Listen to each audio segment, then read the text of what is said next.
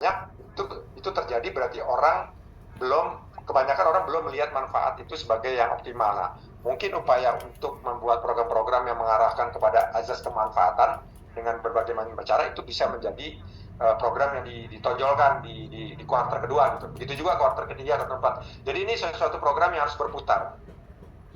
Itu yang bisa saya sampaikan Pak Luis mengenai program relapse ini. Maksud saya begini, relapse ini udah pasti nggak mungkin bisa nol, pasti akan ada, tapi persentasenya kita nggak tahu.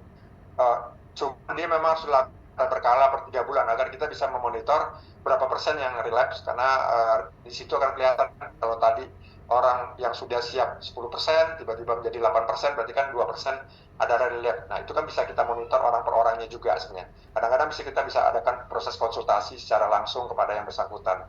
Kira-kira itu bisa saya jawab secara garis besar ya Pak ya, karena waktu kan nggak mungkin terjawab. Kasih Dok, artinya kesadaran diri Dok ya, paling penting. Ya, betul, kesadaran diri itu. Nah, sekali lagi saya cuma nambahkan juga ke teman-teman sekalian semua, jangan jadikan program ini sebagai program jangka pendek. Kalau teman-teman menjadikan program jangka pendek, maka pasti fail.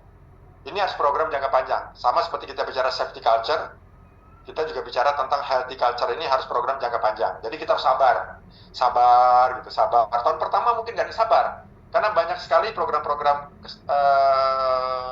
kesehatan kerja kebanyakan itu selalu berasumsi didesain jangka pendek gitu. Nah, di sini kebanyakan failnya. Menurut saya sebagian besar failnya program ini karena harusnya dari jangka panjang. Tahun pertama mungkin lebih ke arah program ini untuk memulai inisial program sambil menyesuaikan. Tahun kedua optimal, tahun ketiga. Nah, mungkin kita harus melihatnya lebih di tahun ketiga. Setelah tahun ketiga, bagaimana impact-nya? Karena kan kita merubah culture nih, merubah perilaku. Nggak mungkin perilaku terjadi 1 bulan, 2 bulan, 3 bulan. Biasanya perlu waktu. Nah, kalau pemahaman ini dipahami, menurut saya bagus. Lagi pula kan nggak ada juga biaya tambahan harusnya kan.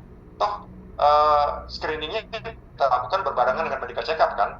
Kemudian programnya juga rata-rata juga nggak banyak cost, lebih ke arah kemampuan kita melakukan health talk, mengoptimalkan tenaga kesehatan ada, menggunakan berbagai macam media-media melalui HRD dan lain-lain. Jadi costnya nggak gede-gede banget. Untuk mau menunggu dan konsisten dari waktu sampai tahun ketiga umpamanya, itu adalah PR atau challenge yang saya rasa mungkin tidak semua orang